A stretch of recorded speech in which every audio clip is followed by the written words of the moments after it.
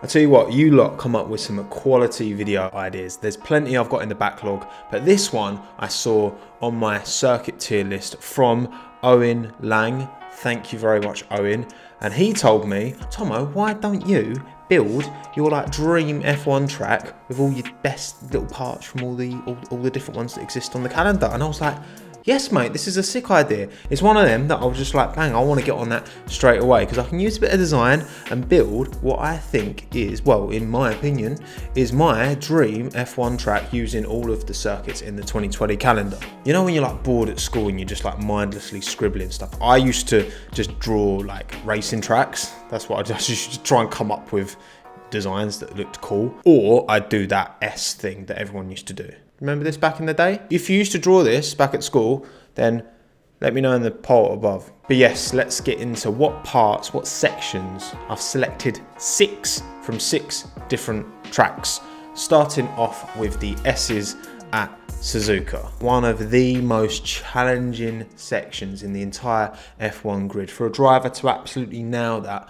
on a quali lap is so impressive. Suzuka S's have to be in there. That was my very, very first call. Next, we're going to Silverstone, of course, the home of British F1. I've picked the sequence of corners from Village to Luffield. So that's Village, the Loop, Aintree, Brooklands and Luffield, plus the Wellington Straight in between. I think last year proved that these little bits of corners, whether you got Charles going around the outside, Max and Charles fighting, Lewis and Valtteri fighting, it's a banger. It delivers. It was a great implementation when they changed the Silverstone layout in 2010. Next, we've got Canada. We've got the Wall of Champions, all the way to the Virage Senna part of the track where it kind of goes right and then left and then around. To me, again, Wall of Champions, it's just like, it's right at the end of the lap. Drivers are pushing on quali. People go into the wall like Magnussen did last year. I just think that's quality, like so you're getting right up close, and then that next kind of section, you get overtakes there, you get drama.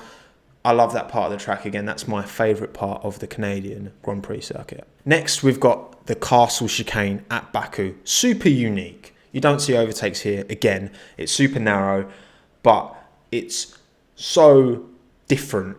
And it's so cool. And I want a castle on my track, okay? Regardless, I want a castle. Plus, you know, there's, again, no margin for error. Charles proved it last year by being stupid and going straight on. Imagine a track with Suzuka S's and the Castle Chicane together. This is looking like a banger if I do say so myself. Next, we've got Interlagos. The section, first corner, Curva 1 to Curva de Sol, as it goes down, left, right. That elevation change adds to it. You always see great overtakes at that first corner. Quality driving. And then last, but by no means least, we're going to Monaco. Of course we are. We've got the section from Sandovo to Casino Square. I'm not so bothered about Sandovo, but as it's going uphill, you've got the slight, you know, the kink coming around to the left. Again, there's just about room for 2 cars, as Carlos Sainz proved last year, and many drivers before have proved, but there's no margin for error, and that, again, that's what I love about that part of the track. I've gone for a combination of great overtaking places and just great scenes, and yeah, let's bring them together. So take a look at my screen. You can see we've got Suzuka, we've got Baku, we've got Silverstone, we've got Monaco, we've got Interlagos, and we've got the circuit Gilles Villeneuve. I've put them all so I know that they're in relative scale to one another. You can see how much smaller Monaco is compared to the other tracks, because again, I want to take all of these sections and make sure they're, you know, directly in scale. I took these actually from the little icons that I designed for the circuit tiers. You'll see why half are pink and half are white as we go to Artball 2. So now these are the sections of the tracks that I have cut out. So you've got the castle at Baku, which is the little one here. You've got Interlagos, the down, left, right. You've got the Wall of Champions at Canada here, blah, blah, blah. So you've got all the individual parts here. I've cut them out, and now it's time to stick them all together. So here we go. Here is my dream Formula One track. So the blue parts are the bits I've added in manually myself. I've just created myself to make it all stitched together. But otherwise, the white and the pink parts, the white and the pink's just to differentiate. So you can see when one part finishes and the other part starts. But you can see you've got the start line, which is from Interlagos. I've taken it there. Let's have a little talk for it. Actually, before we talk into the section, you might notice I've kind of accidentally, this top bit here is a little bit like the Repsol corner, Catalunya, where Lewis and Nico crashed in 2016. That was an accident. Let's close our eyes and have a little run through this lovely little bit of track design. You sat on the start-finish line. It's lights out and away we go. You're into the first corner at Interlagos. Down, heavy drop. The floor falls away from you as you go down to the left into the right-hander, and you start then to swoop back around to the left. But no, you don't carry on. Then all of a sudden you're going right again. So there's a bit of S's here, and you're going right, and it's a long right-hander. It's a long continuous corner right up until the braking zone. You are turning the whole way, which again is interesting. You can always snatch a brake, always lock a brake. You can always get someone up the inside, turn into the right, come out that corner, low speed.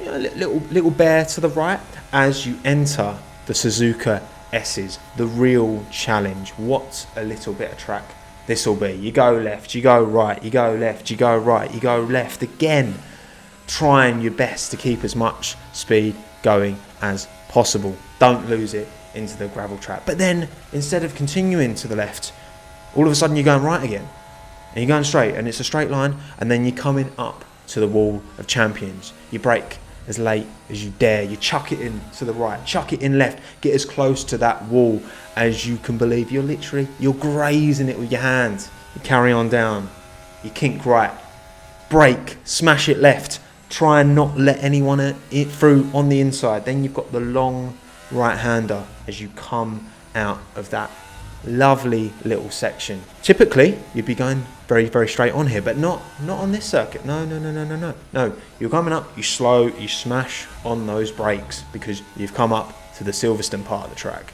You turn into Village, left into the loop, around Aintree, down the Wellington straight, trying to hold off the person who's right up your chuff. You're defending the inside, you're smashing on the brakes, coming into Brooklands, turning it in left, trying to keep them at bay, trying your very best, and then right into the long right-hander that is Luffield. So you're starting to go down what was the old Silverstone start-finish straight, but not on this track.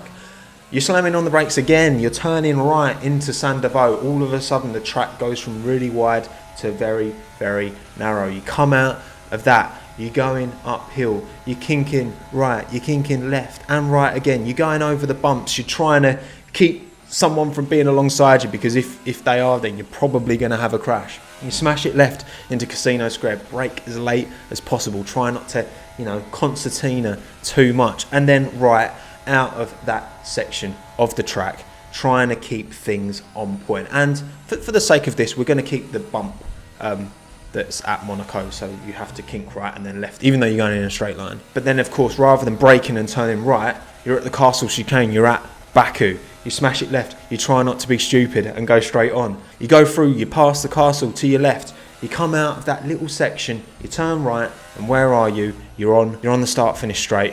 You're about to cross the finish line. You've got to beg, you've got to hope that you haven't let the person behind get that little bit of run on you. That was intense. I enjoyed that. That was fun. But yeah, that's my little walkthrough of this circuit. Maybe let me know, comments down below. What should we name this beauty? Because of course, it doesn't look too beautiful with the emojis and stuff all over it. Bam, there you go. There's my circuit. Also, I feel like it looks something.